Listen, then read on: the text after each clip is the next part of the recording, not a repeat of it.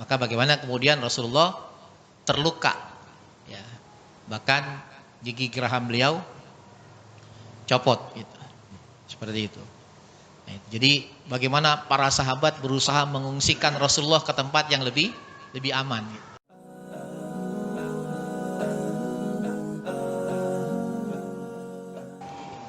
Bismillahirrahmanirrahim. Assalamualaikum warahmatullahi wabarakatuh. Alhamdulillahilladzi allafa baina qulubina wa asbahna bi ni'matihi ikhwana.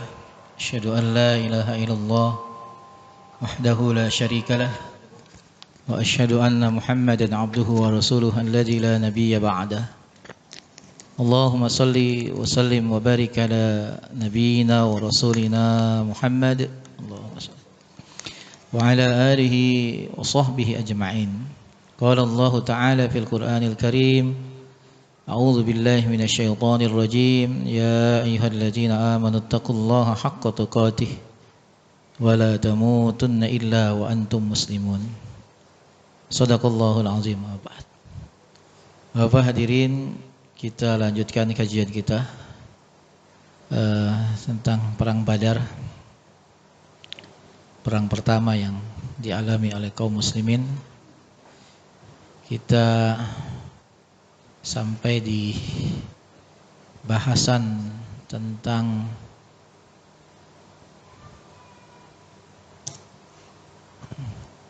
udah ada double.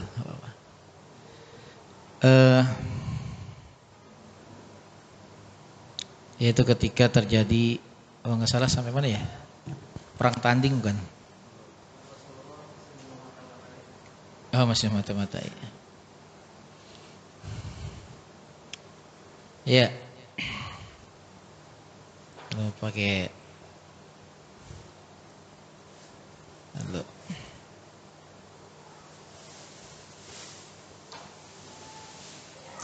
Ya, sebelum perang Badar, bagaimana kaum muslimin mengalami turun hujan, gitu ya. Jadi turun hujan itu fungsinya, kata Allah Subhanahu Wa Taala dalam Al-Quran di surat Al-Anfal, itu adalah untuk diantaranya menghilangkan, mengusir setan dari diri kita. Wa yudhiba ankum rijza syaitan wal yarbitu ala qulubikum wa yuthabbita bihil aqdam. Jadi pertama adalah untuk menghilangkan gangguan setan dengan turun hujan itu. Maka salah satu terapi ruqyah itu adalah dengan mandi air hujan. Jadi untuk terapi ruqyah bagi yang kena gangguan, itu salah satu terapinya dengan mandi hujan. Kalau dulu kita masih bebas lah untuk mandi hujan, gitu ya. Kalau sekarang jarang kita melihat anak-anak mandi hujan, gitu, karena sudah dilarang, gitu. Padahal sesekali suruh anak kita untuk mandi hujan, ya, untuk menghilangkan gangguan setan dari diri anak kita, seperti itu. Cuman kita kan takutnya sakit, gitu ya, meriang gitu. Nah, jadi Allah sebutkan itu dalam surah Al-Anfal, bahwasanya hujan itu adalah fungsinya tadi untuk menghilangkan setan. Yudhiba ankum rijza syaitan wal yarbitu ala qulubikum. Ketika itu fungsinya juga untuk mengikat hati-hati kaum muslimin dengan turun hujan itu. Wa yuthabbita bihil aqdam, dan mengokohkan pendirian mereka. Jadi sengaja Allah turunkan ketika itu turun hujan. Nah, cuman kita banyak yang tidak tahu di balik hikmah turun hujan itu, kemudian banyak yang kemudian akhirnya memaki hujan itu sendiri, gitu. Padahal fungsinya luar biasa.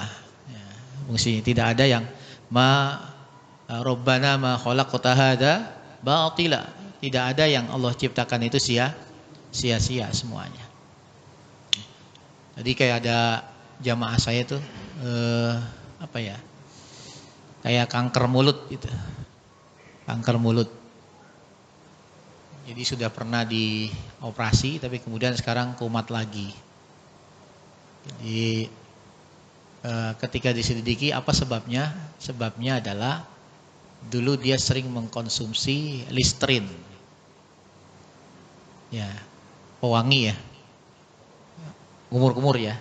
Nah, jadi di mulut kita itu kan ada bakteri, tapi tidak semua bakteri itu buruk gitu. Ya, ada bakteri yang baik. Allah ciptakan Rabbana ma khalaqta hadza batila. Ketika dia dimatikan, maka akhirnya nggak berfungsi lagi gitu. Sehingga akhirnya timbul penyakit tadi. Itu sampai busuk itu di mulutnya seperti itu.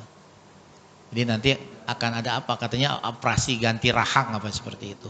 Karena sudah busuk itunya. Jadi Masya Allah ya, kalau kita renungkan ciptaan Allah Subhanahu Wa Taala itu luar biasa. Tidak ada yang sia-sia. Gitu. Kemudian juga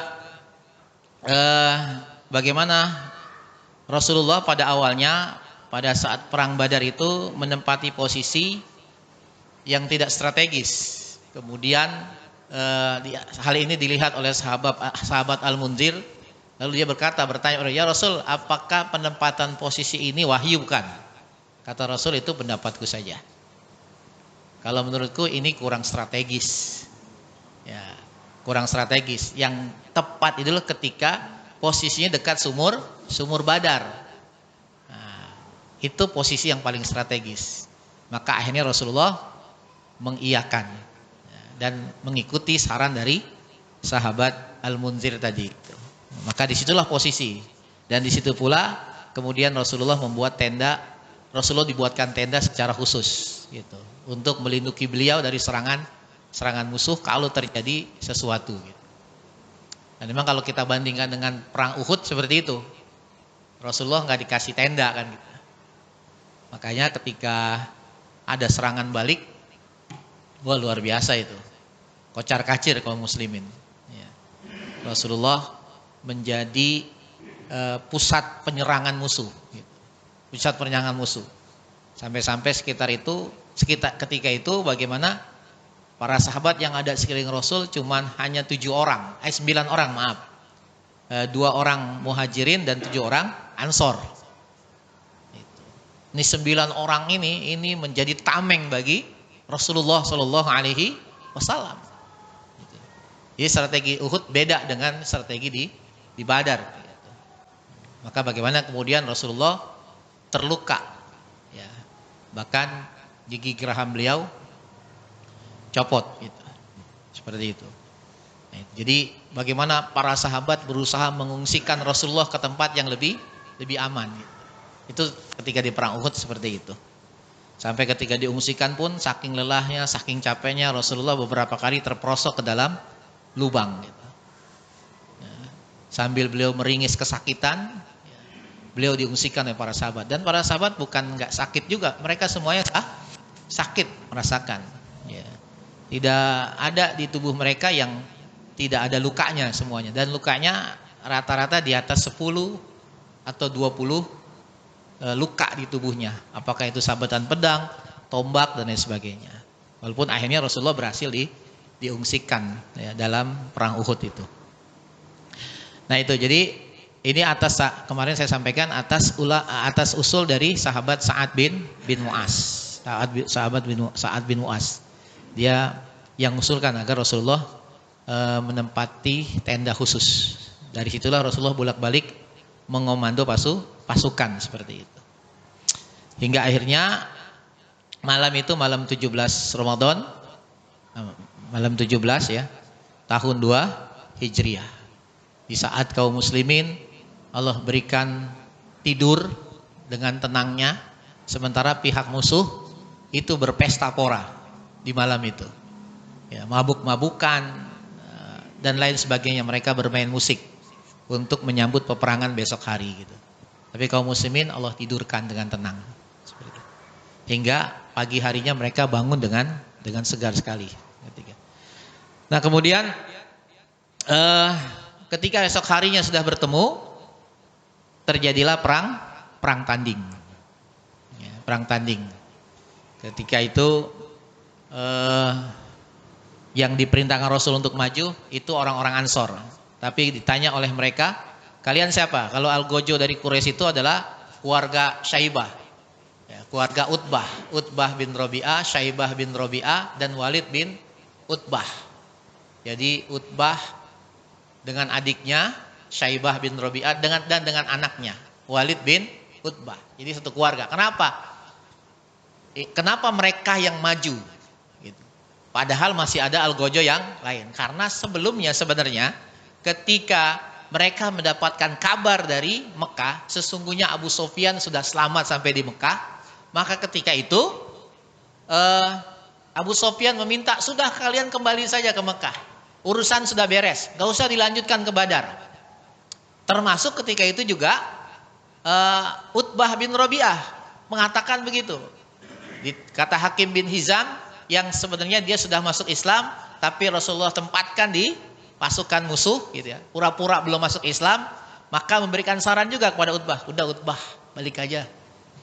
Gitu. Aku sih pengennya begitu. Gitu. Karena apa? Seandainya perang ini kita lanjutkan, nggak ada untungnya buat kita. Di mana nggak ada untungnya? Kalau kita menang, bukan sesuatu yang istimewa. Kenapa? Karena jumlah kita lebih banyak dan senjata kita lebih lengkap. Beda dengan mereka. Yang kedua, kalau kita kalah itu malunya luar biasa. Malunya luar biasa kata Utbah. Dan juga yang kita hadapi ini saudara-saudara kita sendiri. Sebenarnya Utbah itu punya kebeningan hati juga gitu. Ya, bahkan satu saat dia pernah hampir masuk Islam. Hampir masuk Islam. Ya, cuman ketika itu didatangi oleh Abu Jahal. Didatangi oleh Abu Jahal. Kemudian diprovokasi, akhirnya nggak jadi. Gitu. Makanya ketika Rasulullah bacakan Al-Quran, Utbah itu paham banget. Sehingga dia sampai meminta Rasul agar hentikan bacaan kamu. Jadi apa? Karena ngerinya luar biasa dengan isi apa ayat yang dibacakan Rasul. Artinya dia punya kebeningan sebenarnya.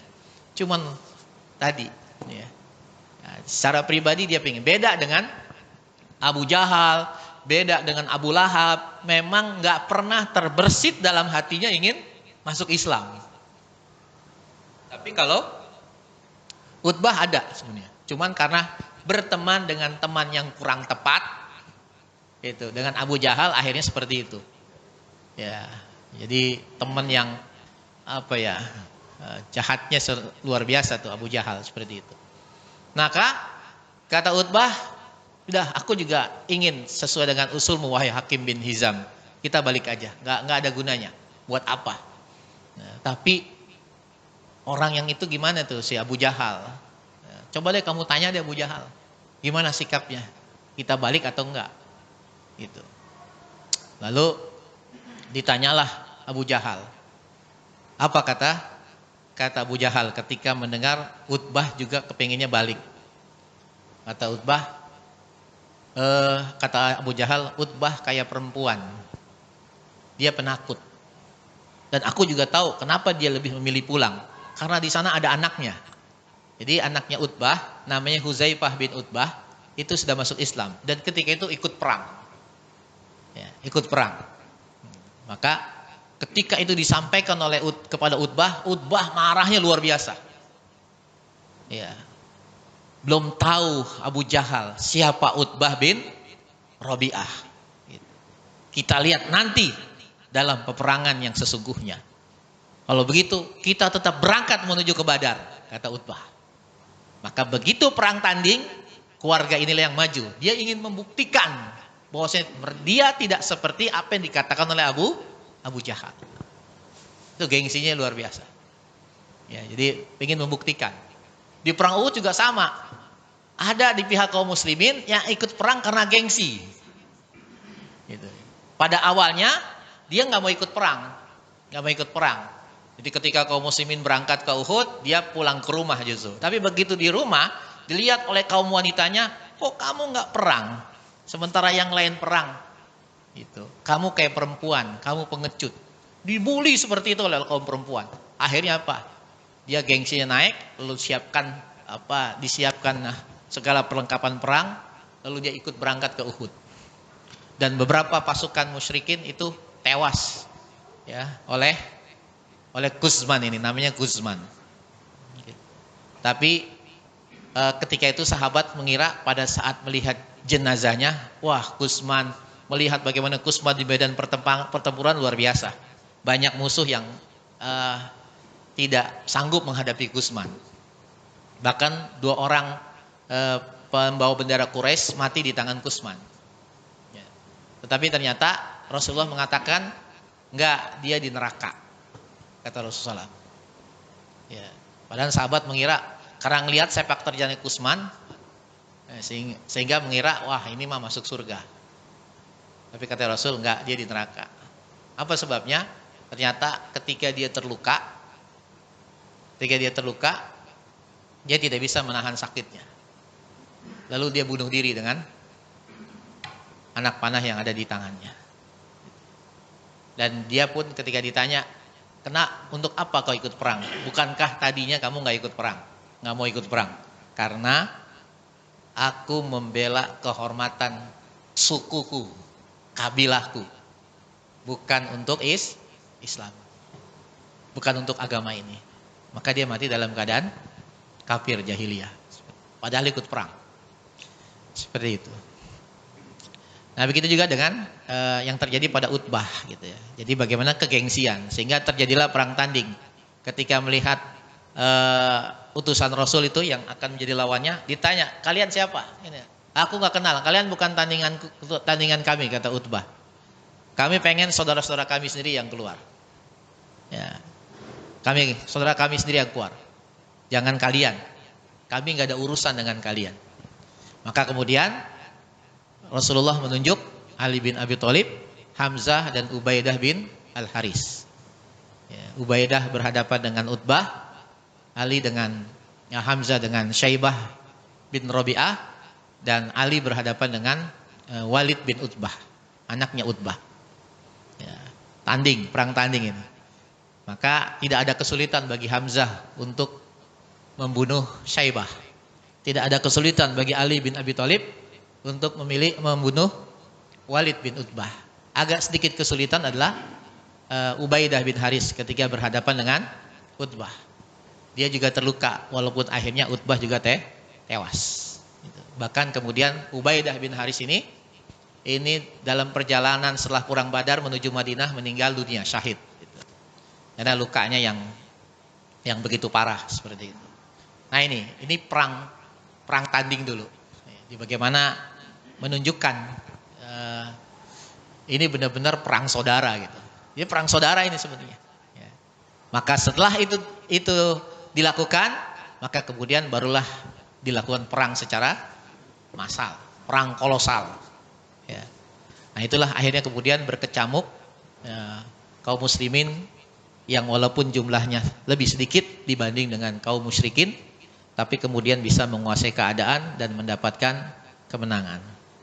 Nah ada hal-hal yang menarik sangat luar biasa di dalam peperangan ini, ya, bagaimana kejadian-kejadian yang bisa menggugah keimanan kita. Gitu. Bagaimana para sahabat ya, tadi ketika mereka harus menghilangkan persaudaraan di antara mereka, saudara-saudara mereka. Ini makanya Al-Quran menyebut dengan Yaumal Furqan, hari pembeda. Hari pembeda. Di antara maknanya tadi, ayo harus bisa membedakan saudara seiman dengan saudara sekandung, saudara sedara. Kalau sudah kaitannya dengan agama, maka harus yang dikedepankan adalah saudara seiman, saudara seislam. Jangan melihat saudara sedarah gitu. Karena ikatan keimanan, keislaman itu lebih kuat. Lebih kuat. Misalnya bagaimana ketika perang berkecamuk, Rasulullah SAW ketika itu berpesan kepada para sahabat. Jadi kalau kalian melihat Abbas dan melihat Abul Bukhturi, ya, sambil Rasulullah menyebut yang lainnya, jangan kalian bunuh, kata Rasulullah SAW. Ya, jangan kalian bunuh orang-orang ini. Namun kenapa? Ini orang-orang yang tidak memusuhi. Mereka keluar dari Mekah ke tempat ini itu karena dipaksa keluar. Nah, itu Rasul pesan gitu. Jadi memberikan perlindungan kepada beberapa orang-orang Quraisy, ya, termasuk kepada pamannya. Walaupun ketika itu sempat diprotes oleh Huzaifah bin Utbah, anaknya Utbah. Ya. Kalau Rasulullah memberikan perlindungan kepada pamannya, kenapa aku tidak boleh memberikan perlindungan kepada ayahku? Maka Rasulullah marah ketika itu. Rasulullah marah. Nah, bahkan Umar hampir-hampir ingin menebas Huzaifah. Kenapa? Karena menentang apa yang dikatakan Rasulullah SAW. Maka kemudian hal itu dijalin oleh sahabat. Ada seorang Ansor yang ketemu dengan Abul Bukhturi. Ketika ketemu dengan Abul Bukhturi, dikatakan, kamu Abul Bukhturi? Iya. Aku mendapat amanah dari Rasulullah, ingin melindungimu. Kau dilindungi. Kata Abul Bukhturi, oh begitu. Bagaimana dengan teman yang bersamaku? Tidak berlaku bagi teman yang bersamamu. Ya, kalau begitu, aku tidak butuh perlindunganmu, kata Abul Bukhturi. Akhirnya ditebaslah keduanya oleh sahabat Ansor itu, sehingga Abul Bukhturi pun mati. Kenapa? Karena melindungi orang yang tidak dilindungi oleh Rasulullah SAW. Kenapa Rasulullah kemudian melindungi Abul Bukhturi? Abul Bukhturi itu tidak pernah memusuhi Rasulullah. Ya. Dia tidak masuk Islam, tapi beliau tidak pernah memusuhi Rasul. Bahkan dalam berbagai momen, berbagai keadaan ketika di Mekah, Abul Bukhturi itu justru membela Rasulullah Shallallahu Alaihi Wasallam. Salah satunya dalam Al-Muqatta'ah Al-Amah, boykot 3 tahun itu. Maka Abul Bukhturi lah salah satu orang yang ingin mencopot perjanjian boykot itu. Jadi dia nggak mau itu diberlakukan. Kesian dengan Bani Hashim, kesian dengan Rasulullah.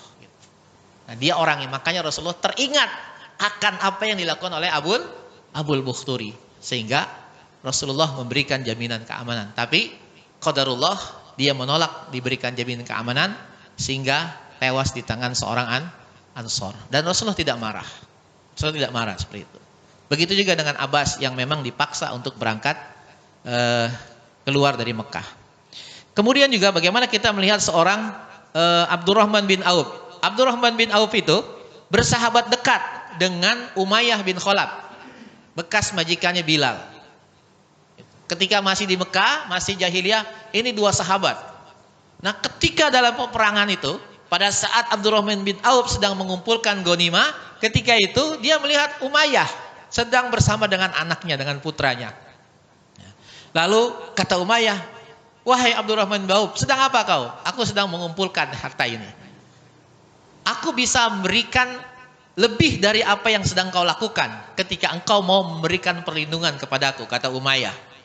Lalu kemudian Abdurrahman bin Auf karena Umayyah sudah minta perlindungan, menyerah gitu. Kemudian karena memang sahabat dekat, kemudian diberikan perlindungan. Tapi saat dia lagi dia ingin dibawa ke hadapan Rasul, itu dilihat Bilal.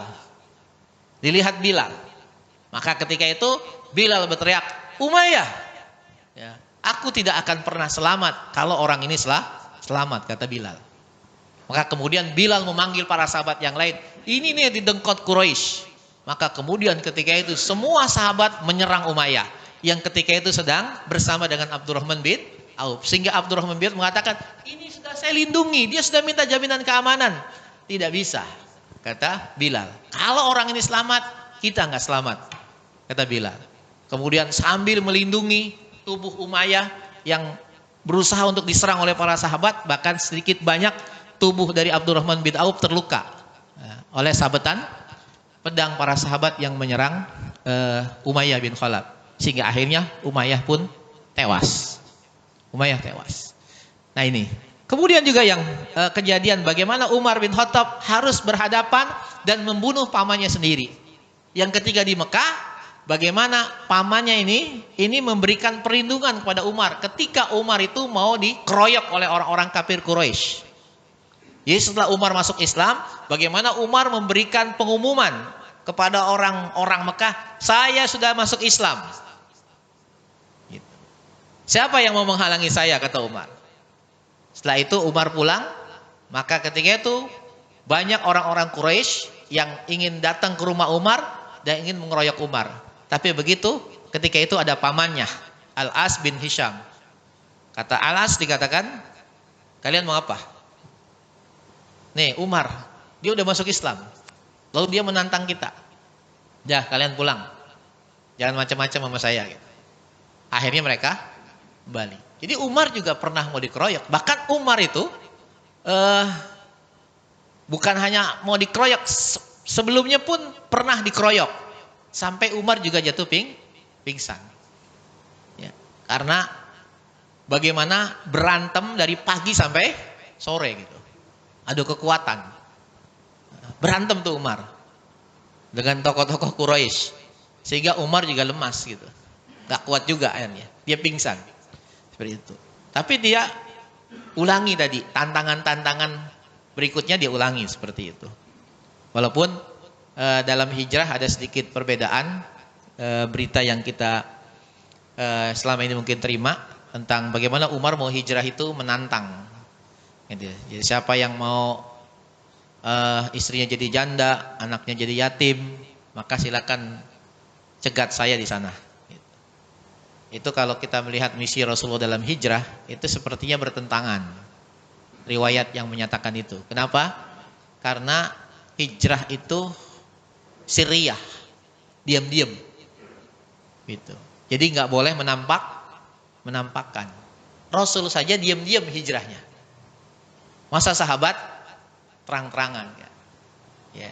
Kalaupun kita mengkompromikan riwayat ini, riwayat tantangan Umar ini, bisa jadi beliau ngomong seperti itu bukan saat mau pergi, tapi momen-momen sebelumnya belum pergi. Gitu. Tetap ketika mau pergi, dalam kitab Ar-Rihiqul Makhtum ini, Umar itu diam-diam berangkat dengan 3 orang, ya. Dengan sahabat Iyas dan satu lagi. Nah, cuman yang satu lagi nggak jadi berangkat karena ditawan. Ya udah janjian bertiga di sebuah tempat.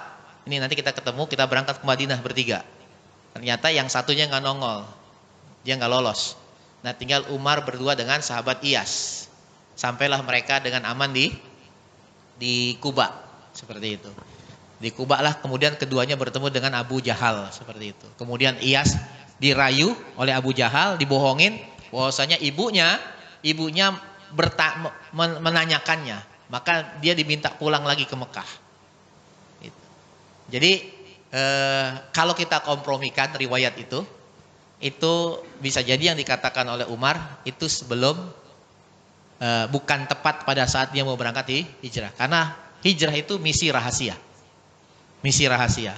Rasulullah harus keluar malam-malam.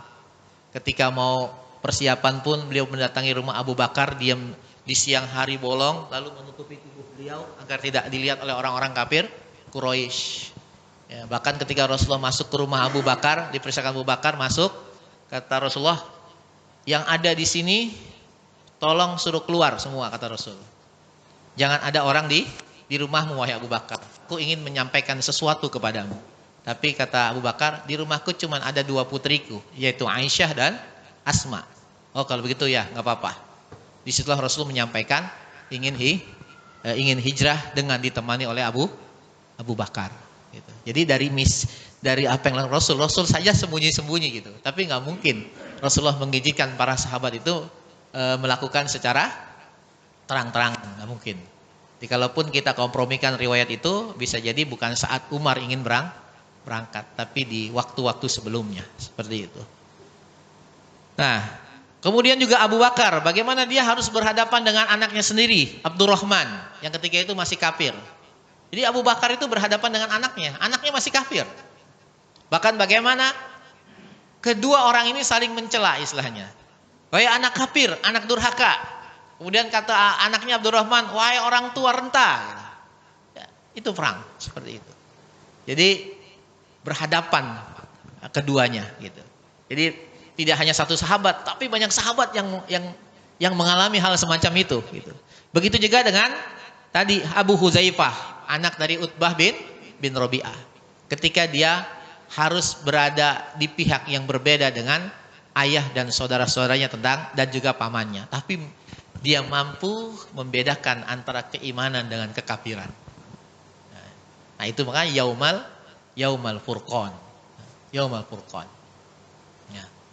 Nah ketika Rasulullah sebelumnya berdoa, ya Rasulullah tuh berharap banget agar perang ini dimenangkan oleh kaum muslimin gitu.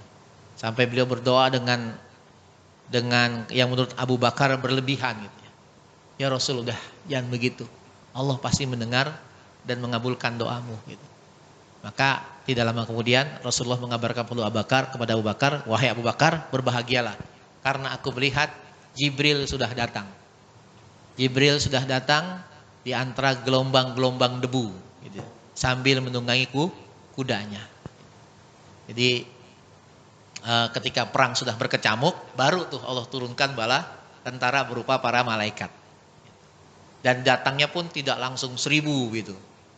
Ya, tetapi bergelombang. Cicil. Seperti itu, nggak langsung. Nah, disitulah kemudian banyak kejadian-kejadian aneh gitu. Yang disaksikan baik oleh para sahabat maupun oleh pasukan kaum musyrikin Mekah gitu. Bagaimana para sahabat ketika sudah berhadapan dengan musuh, ya, sudah mau ditebas lehernya, tiba-tiba kepalanya putus duluan gitu. Lah belum saya ayunin sudah putus gitu. Siapa ini gitu, seperti itu. Bahkan juga Abbas pun bersaksi di pihak kaum musyrikin ketika itu. Dia bersaksi ketika itu yang nahan dia pertama kali, yang membawa dia itu bukan orang yang dia kenal. Dia nggak kenal siapa yang bawa dia. Orangnya botak, gagah, tinggi gitu. Nah ketika diserahkan Abbas kepada Rasulullah oleh seorang sahabat yang membawanya, kata Abbas, bukan dia yang membawa saya, tapi aku melihat orang yang tinggi, besar, kepalanya botak. Itulah yang membawa saya. Dan nggak ada yang kenal. Dan itu malah malaikat. Jadi banyak kejadian-kejadian yang aneh dalam perang Badar. Jadi itu jelas bagaimana Allah menurunkan pertolongannya dengan pasukan dari para malaikat sesuai dengan keinginan dan doa Rasulullah Shallallahu Alaihi Wasallam. Maka pada akhirnya kita singkat, peperangan itu pun dimenangi oleh kaum muslimin. Ya. Kaum muslimin dengan izin Allah, pertolongan Allah kemudian memperoleh kemenangan. Gitu. Maka ketika perang itu berakhir, barulah diketahui, jadi jumlah korban kaum muslimin itu hanya sedikit saja, cuma 14, 6 muhajirin dan 8 ansor. Sementara orang kafir Quraisy 70 yang tewas. 70 tewas, 70 ditawan. Ya, 70 tewas dan 70 ditawan. Gitu. Nah inilah ketika bicara tawanan itu, bagaimana Rasulullah bermusyawarah bahwasanya bagaimana sikap terhadap tawanan ini. Kalau usul Abu Bakar, udah kita minta tebusan aja. Kalau kata Umar, enggak, kita serahkan tawanan ini kepada kabilahnya masing-masing dari para sahabat. Misalnya dari Bani Hashim diserahkan kepada Ali, biar Ali yang bantai. Kabilah Bani Adi serahkan ke saya yang bantai. Jadi kalau Umar maunya bantai aja. Seperti itu. Tapi kemudian usul yang diterima adalah usul Abu Bakar. Tapi keesokan harinya ketika Umar menemui Rasulullah, ketika itu Rasulullah sedang bersama dengan Abu Bakar, keduanya sedang menangis. Kenapa? Turun ayat yang seolah membenarkan usulan dari Umar bin Khattab. Maka nalin nabiyyi ayyakuna lahu asra hatta yuthkhina fil ard turiduna aradud dunya wal akhirah. Tidak pantas bagi nabi ya, jadi mengambil tebusan dari tawanan perang ketika perang itu masih berkecamuk. Turiduna aradud dunya. Kamu menginginkan dunia wahai Muhammad, kata Allah gitu. Maka Rasulullah itu menangis bersama Abu Bakar. Ketika ditanya oleh Abu Bakar, ada oleh Umar, kenapa wahai Rasulullah, wahai Abu Bakar engkau menangis? Gitu. Kenapa engkau menangis? Ternyata itu turun ayat. Jadi seolah membenarkan apa yang di pendapat dari Umar bin Khattab gitu. Nah, makanya dari situ kalau kita bicara tentang ijtihad, apakah Rasulullah bersalah? Tentu tidak mungkin. Beliau maksum. Maka kalau kita kaitkan dengan ijtihad, itulah ijtihad. Ya. Buat kita saja, kalau memang kita punya kapasitas untuk berijtihad, kalau benar ijtihad kita itu dapat 2 pahala. Kalau salah dapat 1 pahala. Jadi nggak ada salahnya. Gitu. Tapi tadi orang harus punya kapasitas dalam berijtihad. Ya. Jangan baru hafal 1-2 surat, 1-2 juz, 10 hadis, 40 hadis lalu dia beristihad. Jangan sampai, itu harus orang yang punya kapasitas dalam beristihad. Nah, kemudian setelah itu Rasulullah merintahkan pada 2 orang sahabat untuk memberikan kabar kemenangan ini ke Madinah. Yaitu diantaranya adalah Zaid bin Harisah. Yang satu lagi adalah Abdullah bin Rawaha. Di 2 sahabat ini diperintahkan untuk pulang ke Madinah terlebih dahulu, mengabarkan kemenangan. Zaid mengabarkan kepada penduduk Madinah yang di dataran rendah, sementara Abdullah bin Rawaha mengabarkan kepada penduduk Madinah yang di dataran tinggi. Nah, Zaid itu pulang ke Madinah itu pakai ontanya Rasul. Maka begitu dilihat oleh orang munafik, "Woi, Muhammad kalah. Muhammad tewas." Dari mana itu? Itu buktinya Zaid mengendarai ontanya Muhammad gitu. Kata orang-orang munafik. Zaid tidak membantah, udah diemin aja. Enggak usah ditanggepin. Akhirnya begitu masuk kota, lalu dikumpulkan dan diberikanlah kabar gembira, sesungguhnya kaum muslimin mendapatkan kemenangan. Nah, itulah orang munafik. Ya, mengambil selalu kesempatan. Dari dulu seperti itu. Rasul aja digituin gitu ya. Apalagi yang bukan Rasul seperti itu.